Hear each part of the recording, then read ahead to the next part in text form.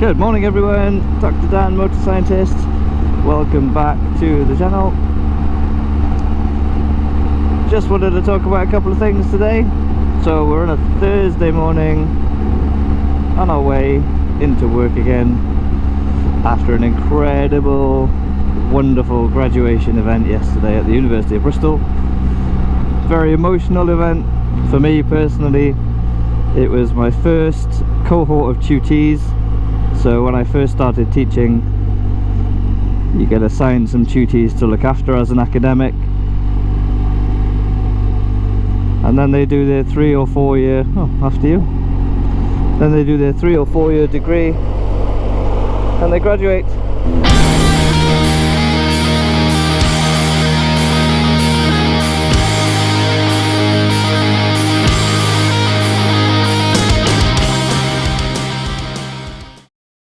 So it was the end of an era for them. They'd gone through their 3 years, and yesterday was the final celebration of all of their hard work over the last couple of years. So Jess, Emma, Emily, Tilly, wishing you the best of luck. So proud of what you managed to achieve, so well done. Really good. Super event, really enjoyed it, but it was very hot, and it's yeah, wearing the gown for an hour in Will's Memorial Building was quite a feat, let's say. So it's nice to take that off and then try and cool down a little bit afterwards. So what's going on this week? Some reflections from the road. So first big reflection is that graduation ceremony. Super ceremony. Really enjoyed it. Nice to dress up and celebrate the successes of the students as well. So lots of my project students went through, so lots of my home tutees went through, and my tailor students. So we have an exchange program. Well, it's not quite an exchange, it's one way. So there's Taylor's University in Malaysia, and they send some students over after their first year of the degree, and then they come and join the biomedical sciences course from year 2, and then do year 2 and year 3 in Bristol and graduate from the University of Bristol with their degree. So that was really good. It's just lovely to see them all. I didn't recognise some of them because they seemed to have matured over the summer, probably the stresses of exams, and then just having some downtime and rest and relaxation. Yeah, very proud of all of them. Well done to all of the graduates of 2024. You've certainly got a bright future ahead of you, that's for sure. So I was watching a video on YouTube the other day by Tim Rodey, who's a fantastic YouTuber. Go and check him out. Give him a like and a subscribe on his videos. Really good. Funny guy. And he was talking about motorcycle or dangers around motorcycling. So is motorcycling inherently dangerous? You can argue yes and no. Yes, we are more exposed. We don't have a metal cage around us. We are thinner than a car. We are taller but less visible than cars, for sure, which is why you see motorbikes with so many lights, to try and make us a lot more visible to the general public. But also, you know, we can take it into our own hands to an extent. When you learn to ride, you learn to ride defensively. In the meantime, I've been a car driver, so I know how car drivers think, and very often, arguably, I can foresee what some car drivers are going to do before they know they're going to do it. So I can see as you're approaching a junction, whether you're looking at me, or whether you've seen me, or whether you're looking straight through me. I know when you're going to be going and when you're not going to be going, and I have to adapt my riding style to accommodate that then as well. And I think that's the most important aspect. Yes, it is more dangerous than riding other motor vehicles, and if an accident does happen, yes, the outcome is probably going to be a bit worse, but we have to mitigate the risks as best we can. And one of the things to do is the advanced rider courses. So I've done Bike Safe, which is run by police forces all over the country. In some areas they're free, and in some areas there's a small charge, and I think it's like 60 or 70 pounds depending on where you are. But it's a day out. You get some theory in the morning, then you have a break for lunch, and then you go out on the road with a police observer. Some people don't like that, but You know, they're bikers as well. They want to enjoy the roads as much as we do, and they want us to be safe when we do enjoy them. So they don't judge you as such. It's never a particularly negative experience. I thoroughly enjoyed the bike safe course that I did. The natural follow-on to that is going to be your enhanced rider course, which is DVSA certified. Again, there are some sort of small charges to this. I did mine in Neath Port Talbot, where it's covered by the council for bikers, and I did that twice. I did that about 6 months after passing my test, which was really good, and I really enjoyed it, and I learned quite a lot early on. And then because I wanted to join the Blood Bikes as a rider, you have to have some kind of advanced riding qualification. That could be IAMS or ROSPA or the enhanced rider scheme by the DVSA. So I did that a second time, got all green second time round. So they run a traffic light system, so green is competent and you don't really have to think about it, it just happens second nature. Hi. Amber is you can do it, or you can do it occasionally, or you need to think about it actively. And then red is that you need to just try and improve in that particular area. And again, you're a competent rider, you passed the test, you can do all of these things. It's just whether you can do them at the next level, the advanced riders. So I managed to get all green on those, but I've also been doing ROSPA. So Pete Thomas is my mentor, my guide. I haven't done it for a couple of months now, but I really need to get back into it. I was close to taking my test.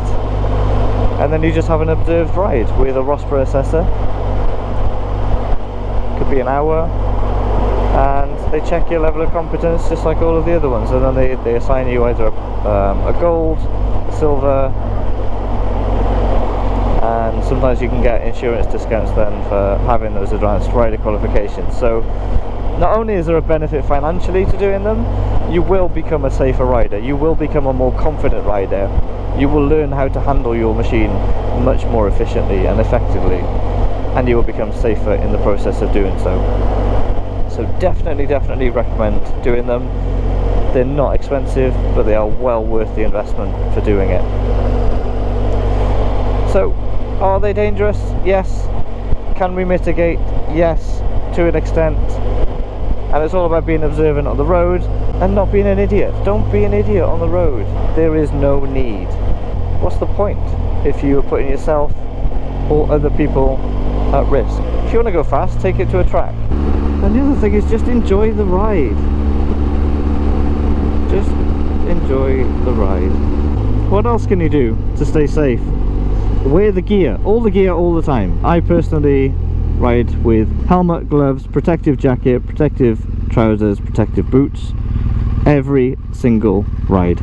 I will not get on this bike and pull off if I don't have the protective gear on that I need. Dress for the slide, not for the ride, as they say. Yeah, you might get a bit hot, but it's better than a hospital trip that you may not need to go down if you had the right gear. And it doesn't have to be expensive. When I first started to ride, I didn't have much of a budget, so just talk to people. You can get lots of things on Marketplace.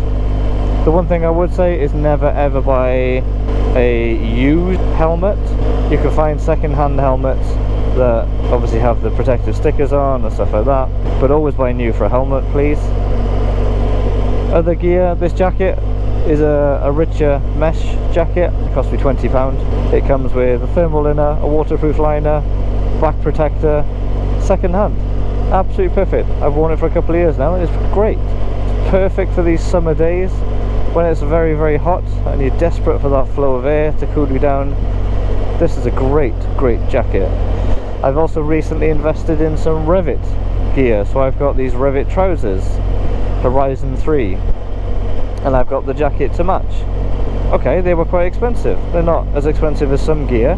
No, it was £350 for a jacket, £250 for trousers. That is a lot of money. But it's fully waterproof, it's laminated, so it doesn't wet like Gore-Tex gear does. So you actually takes less time to dry out and it just wicks off, which is brilliant. So it's fully waterproof, and I've been in some really torrential weather and it's held its own, so very pleased with that gear. but it's also protective, so you get level 2 armor in the hips and the knees, the elbows and the shoulders. You can purchase back protection. I haven't for that particular one, but you can. That's an option for you if you wanted to. Shoes, there are so many different types of shoes and boots. Trainers that are protective. You can get ankle high boots, and I particularly like the ankle high ones. I've got some Spidey waterproof boots, but I've also got shin high boots for the very, very bad weather and for the higher protective. The RST Tratec, I think. Tractec or something like that.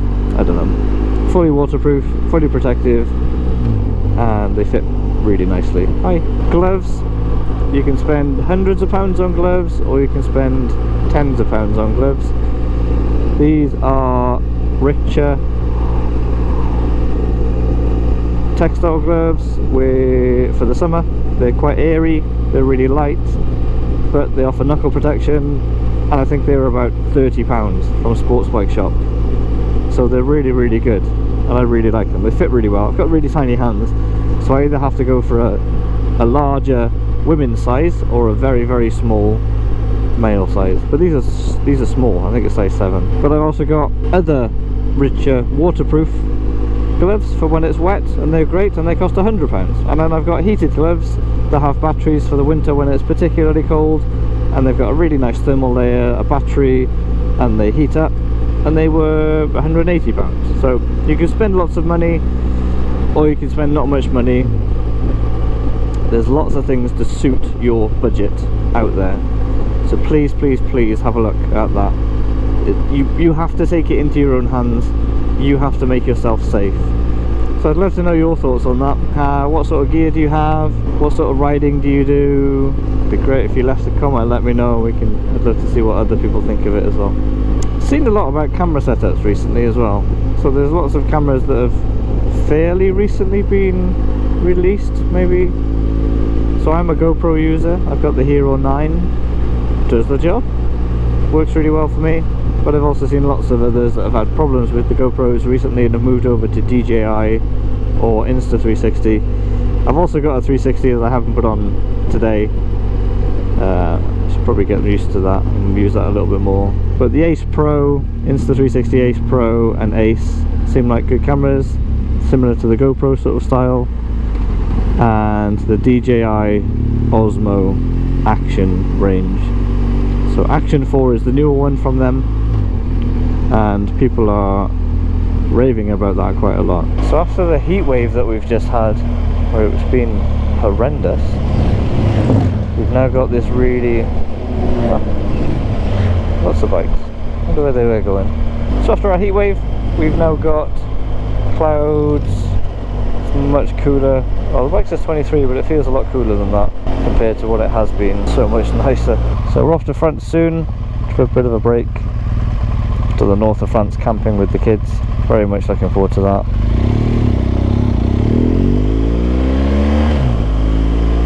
But it'll be fun. Hopefully we'll get some really nice weather. Not too hot, no rain. Last year we had a fantastic thunderstorm one of the nights. It was really, really nice. I loved it. The kids hated it, but I loved it. Bright flashes of light followed by huge claps of thunder. Superb. So we're nearly at work now. Looking forward to another full day in the lab. Today we are going to be using the students' bacteria that they've cultured from the environment, and we've used them in experiments for the last couple of weeks, or many weeks, and they're going to be using them, well, they're using the byproducts that they produce. So when bacteria grow, they also kind of chuck out loads of other byproducts. Some of those are antimicrobial, and some of them have an effect against growing pathogens or bad bacteria that cause diseases. And that's what we're interested in. And what we're looking at this week is, firstly, how bad the pathogenic bacteria are in killing white blood cells. If you think white blood cells are the army of our body, they keep foreign objects from attacking us, and they kind of gobble them up, break them down and spit them back out. And red blood cells, which is obviously really important for carrying oxygen around your body, but some pathogenic bacteria like Staph aureus that I talked about last time break down red blood cells and break down or kill your white blood cells, which make it more difficult to fight the infection. So what we're looking at is whether our candidate bacteria from the natural environment can produce things that when we culture that or grow the pathogenic bacteria with that, the candidates have an effect in stopping the pathogen from being as bad as it could or should normally be under the normal circumstances. So what we're looking at this week is red blood cells, white blood cells, monocyte cells they're called specifically, and the effect of the candidate supernatants on the pathogens. So we've got a couple of days to do that this week and some repeats in a couple of weeks time after the reassessment period. So a couple of weeks we'll come back and we'll do some more and fill in any gaps, and then they can write up their thesis and submit it before the start of September, and then that's the end of it for them, and I get to mark them. I'm looking forward to reading them. They're normally really good, so yeah, very keen to see how they get on. And then they get to graduate, and they graduate just as these students are today, just as my tutees did yesterday. So congratulations everybody on graduating from whatever degree you've got, and then my master students get to graduate in the February graduation next year. And hopefully they'll keep in touch and let me know how it's going and what they're doing, what they're getting up to. Some of my students have got into medicine, some of my students have gone to the NHS, some of them are going to go travelling, some of them have got research jobs, some of them are going to do masters. So it's a really varied outcomes. I'm just very proud of all of them.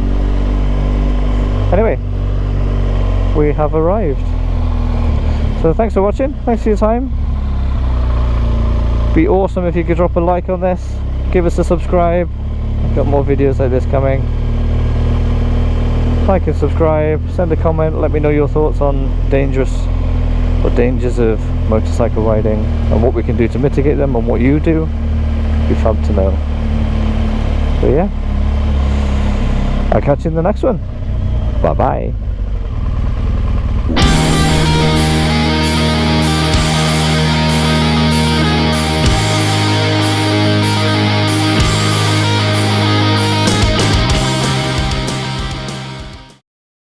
How are you?